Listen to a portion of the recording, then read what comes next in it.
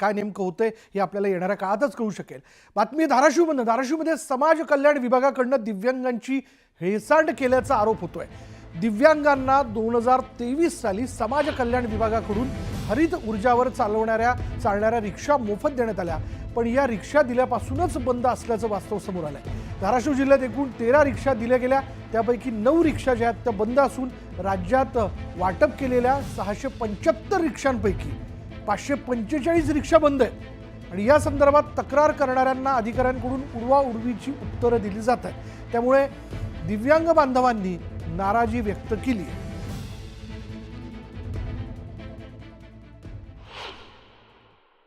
दिव्यांगांना जगण्याचा अधिकार मिळावा म्हणून समाज कल्याण विभागामार्फत जे आहे ते ई रिक्षाचं वाटप 2023 साली केलं होतं।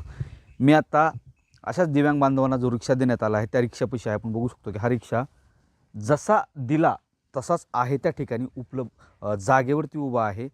2023-24 मध्ये सुद्धा हा रिक्षा जागेवरतीच उभा आहे। फक्त 3 दिवस जो आहे तो रिक्षा चालला, त्यानंतर हा जो रिक्षा आहे तो बंद झाला। एकूण 11 रिक्षा जे आहे ते वाटप करण्यात आले होते, त्याच्यापैकी 9 रिक्षे बंद आहेत, 2 रिक्षाचा संपर्क होत नाही आहे।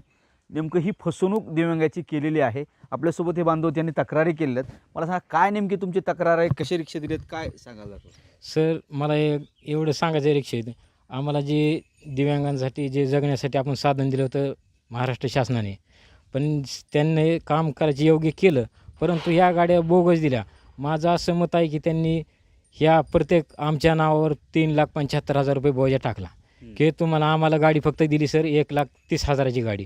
पूर्णपणे ही गाडी म्हणजे मोटर जळाली, बॅटरी जळाली, त्यात कुणाच्या गाडीचं हँडल लॉक होतं, कुणाची गाडी पलटी होती आणि पूर्ण गाड्या पलटी होत्या। किती दिवसापासून गाडी बंद आहे तुमची? सर, मी आणली आपल्याला 28 मे 2023ला गाडी मिळाली सर। आणि तिथनं आपण धाराशिवून सर गाडी 7,000 रुपये पिकअपला भाडं देऊन मी पिकअपमध्ये गाडी टाकली आणि तिथनं आणली। आम्हाला तिथं 1-2 तासाचं ट्रेनिंग दिलं। तिथं म्हणाले की तुमचं गाव 100 किलोमीटर आहे, तुमची गाडी आपली ही गाडी तिथवर जाऊ शकते, तुम्ही घरी जावा आणि बॅटरी पूर्णपणे चार्जिंग करा, तेव्हा पण गाडी तुमची चालू होईल। पण सर मी आणली गाडी, चार्जिंग केली सगळं, पण गाडी फक्त गावात 2 किलोमीटर चालली, तिथनं गाडी आणली आणि इथं घरी लावली, अशीच गाडी बंद आहे। ह्याच्यावर तक्रारी केल्यात, काय केलंय का सगळं? हो सर, तक्रारी केल्या मी खूप, राज्याच्या तक्रारी केल्या समजा? राज्य सरकारला तक्रार केली, आपल्या वित्त महामंडळ धाराशिव यांना तक्रार केल्या, फोन केले, हे आपण त्यांच्या पुरावा माझ्याकडे पोहोचले आहे सर। किती जणांनी तक्रार केल्या? सगळ्या 11 जणांना मिळालं ना? हो, 11 पैकी सर 9 जणांनी तक्रार दिली त्यांच्यावर। काय कारवाई झाली का? त्याच्यावर कारवाई काहीच नाही सर। सागर जाधवसह बालाजी निरफळ, न्यूज 18 लोकमत, धाराशिव। 13 रिक्षा वाटप केलेले आहेत 2023 आणि 24मध्ये, आणि आता ते व्यवस्थित व्यवसाय करत आहेत आता ई रिक्षा। आमची अशी माहिती की 13 पैकी 9 रिक्षा बंद आहेत, तुम्ही दिल्यापासून 2 दिवसानंतर ते बंद पडले। ते टेक्निशियन यायला लागले, येणार आहे टेक्निशियन, ते येऊन प्रॉब्लेम सॉल्व्ह करतो। 2 वर्ष झाले सर या गोष्टीला की रिक्षा नाही, 2 वर्ष नाही झाले, 7-8 महिने झाले। कशामुळे बंद आहेत? मग ते जर टेक्निशियनच नसेल तर रिक्षा वाटप त्यावेळेस त्यांचे ते कंपनी जे आहेत ते मॅनेजर त्यांचे म्हणजे जर काहीतरी चेंज झाले वाटतं, म्हणजे दुसरे मॅनेजर आहेत त्यांच्या जागी।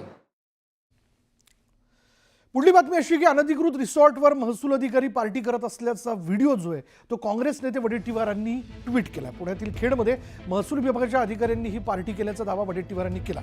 जनता कर भरते, महसूल अधिकारी अनधिकृत रिसॉर्टवर मौज करतात असा आरोप त्यांनी केला। महसूल मंत्र्यांच्या खात्यात काय सुरू आहे याकडे लक्ष आहे का असा सवाल त्यांनी बावनकुळे यांना केला। त्यामुळे अनधिकृत रिसॉर्टवरती कारवाई करण्याच्या ऐवजी या रिसॉर्टवरती आपण जर पाहिलं तर हे अधिकारी जाऊन मौज मजा करतायत, पार्टी करतायत। या संदर्भातला व्हिडिओ जो आहे तो विजय वडेट्टीवारांनी एक्स पोस्टवरती टाकलेला आहे। त्याबद्दल त्यांनी भाष्य केलं आहे। त्यांनी महसूल मंत्र्यांना प्रश्न विचारला आहे की तुमच्या विभागात नेमकं चाललंय तरी काय। अधिक तपशील आपण जाणून घेणार आहोत। आमचे प्रतिनिधी उदय तिमांडे आत्ता क्षणाला आपल्याबरोबर आहे। उदय, कोण हे अधिकारी आहेत, कुठलं हे अनधिकृत रिसॉर्ट आहे?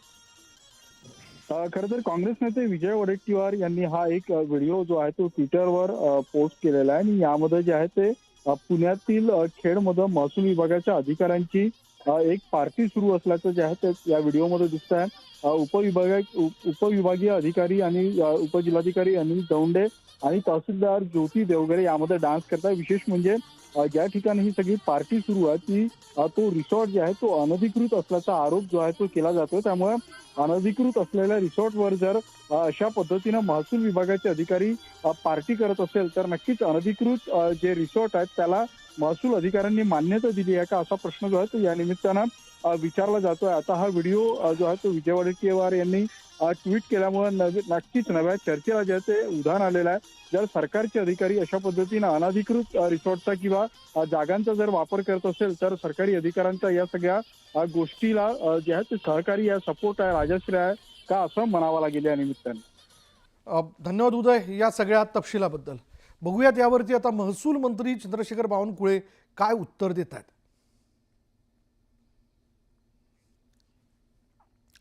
पुढली बातमी अशी आहे की परभणी जिल्ह्यातून जाणाऱ्या जालना नांदेड समृद्धी महामार्गामध्ये जाणाऱ्या वृक्षांचं चुकीचं मूल्यांकन करण्यात आल्याचा प्रकार समोर आलाय. या प्रकरणी कृषी विभागातील 7 जणांवर निलंबनाची कारवाई करण्यात आली आहे. उपविभागीय कृषी अधिकारी यांच्यासह पर्यवेक्षक आणि इतर अधिकाऱ्यांवर ही कारवाई करण्यात आली. जिल्ह्यातील 100 कोटींहून अधिकच्या झाडांचं मूल्यांकन करण्यात आलं होतं, परंतु जिल्हाधिकारी आंचल गोयल यांनी स्थळ पाहणी केल्यानंतर यामध्ये मोठी तफावत दिसून आली. यानंतर त्यांनी या प्रकरणाची चौकशी करत या संदर्भातला प्रस्ताव पाठवला होता.